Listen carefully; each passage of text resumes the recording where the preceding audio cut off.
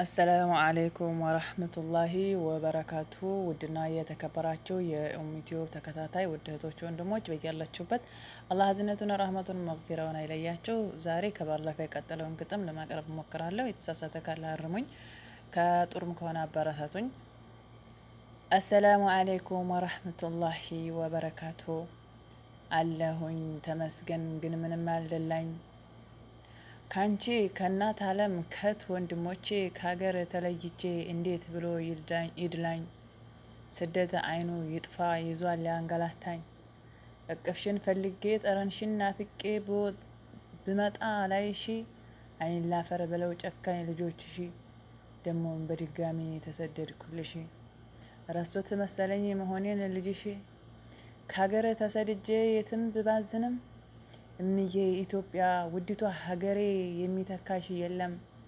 አልሐምዱሊላሂ ግን ምንም አይከፋኝ።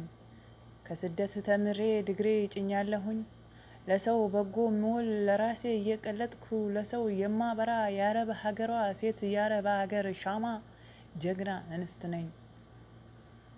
ብዙ ተምሬ ያለሁ ከዱንያም ከዲንም አልሐምዱሊላሂ መቼም አልነድምም። በስደት ዓለም ላይ የምትሰቃየው አንቺ ውዷ እህቴ እንደምን ከርመሻል? እንዴትስ ይዞሻል? እንዴት አድርጎሻል? ከፍቶሽ ይሆን እህት ወይስ ተጎሳቁለሽ ወይስ ከስተሽ ጠቁረሽ ከሰው ተራ ወጥተሽ?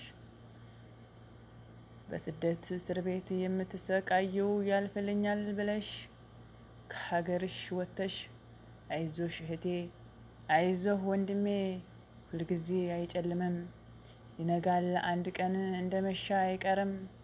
ሰዎች ቢጥሉንም ሰዎች ቢገፉንም የዓለማቱ ጌታ አላህ አይጥለንም።